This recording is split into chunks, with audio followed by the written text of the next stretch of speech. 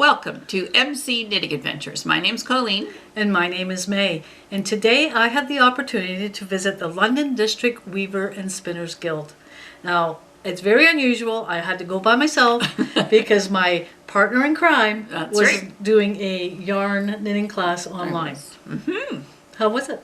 It was a great class. Was it? Yes, it was. Good. It's interesting to me that I can have a teacher who is in Italy teaching me how to do some knitting. That's weird, isn't it? I know, it's amazing. But I think with the pandemic, it's a lot of people are doing things online and that type of thing. Yeah. So it was a great class. But today, I got to tell you all about today because I'm very excited to tell you. But before we talk about the weavers and the spinning part of it, I would love to talk about the facility itself. Right. It is amazing. It's a state-of-the-art. It's a new community center. It's called East Lyons Community Center. They have pickleball. They have tennis. Inside, they had a pool. It's 6 lanes, 25-meter large pool. Oh my goodness, it's huge. Yep, they have a bathing suit dryer in there. Woo. I didn't get video of this because there's kids and people in there. I didn't want to do that. They also have a leisure pool in there. Okay. The whole facility is actually 42,000 square feet. It's huge. It's massive. But glass, bright, beautiful, accessible to... welcoming, accessible. It's just amazing. State of the art of everything. Right. So I thought maybe let's just go inside and have a look. Sounds good.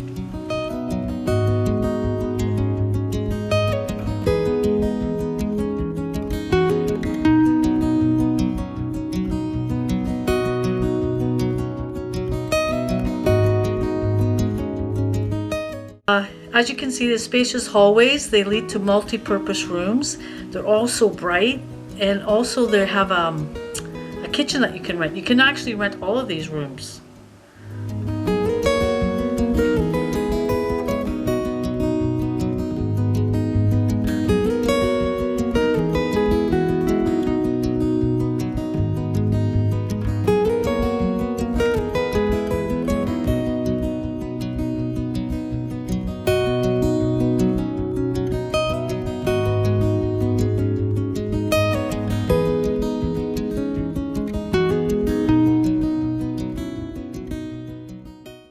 Here's where we have our monthly miniature group.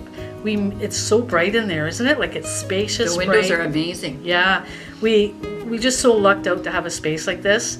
And when you're doing miniatures and you're doing small items and you're older, it's great to have all that light. And as you can see, next door is the London District Weavers and Spinners. They also have a great space, and they keep their looms in here permanently. Their room's set up permanently. Our room, we only have it once a month, and we have a cupboard in there. We meet once a month, but because you wouldn't want to take the looms in and out of the car, so they're there in a perfect, and look at the nice storage area they have there too.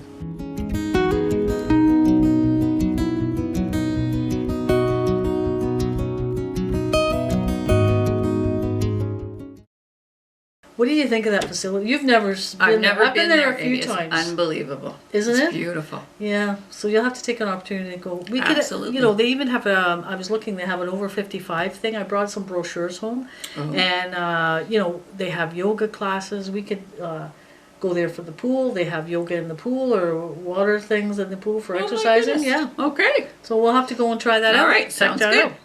All right, now to talk about the spinning and the weaving piece of it. Okay. Now, the spinning piece of it, back in the day, spinning has been around for, I don't know, since before fire, I think. 500 to 1000 AD. I can't even see that far back. Right. And they used to use a stick to spin the yarn. Absolutely. And now they use it's the same idea, and the lady kind of demonstrated that showing you, so I'll just put that on and let you see how she did it. So it's called a drop spindle.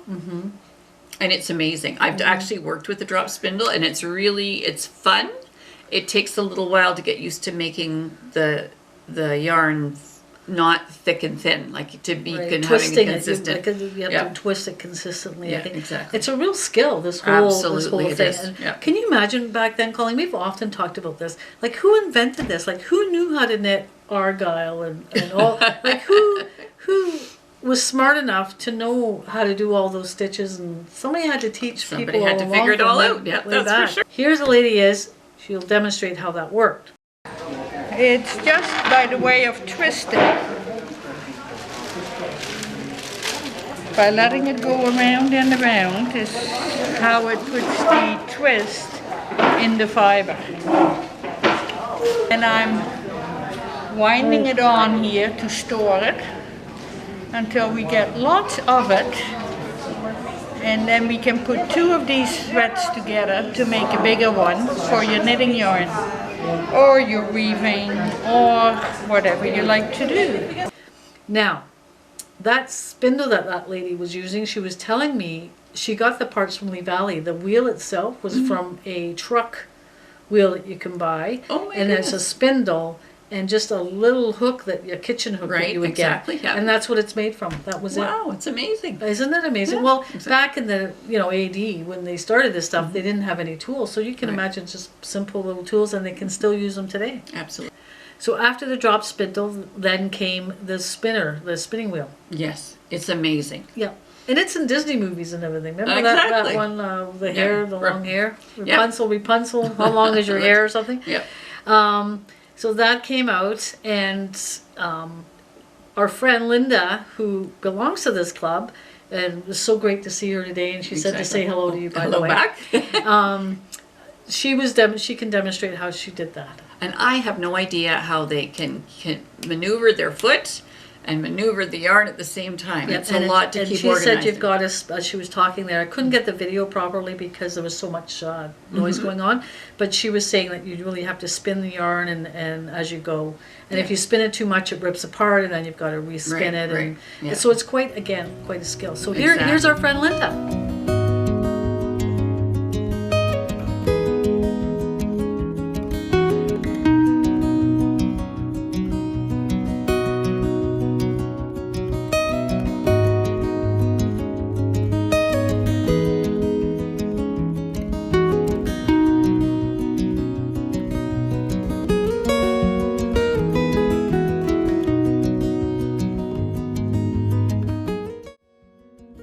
In 1767, there was a hand-powered spinner invented by James Hargrave, and it was called the Spinning Jenny. And the reason why it was a real cool thing is because it could do multiple threads at once. Oh my goodness, that's Mm-hmm. amazing.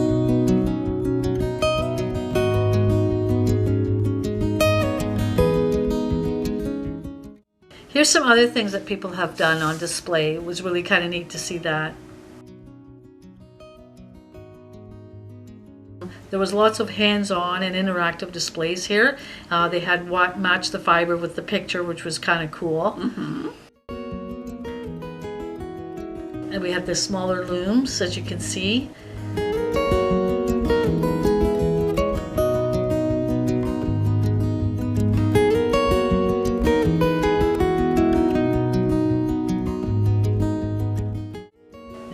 They also had baskets, little tiny baskets, plastic baskets, and they were showing some of the younger kids how to weave. And they would give them a basket with some different, they could pick their color of yarn that they wanted. That's and they could weave fantastic. their It own really gives things. them a good idea. Yeah. So that was kind of neat.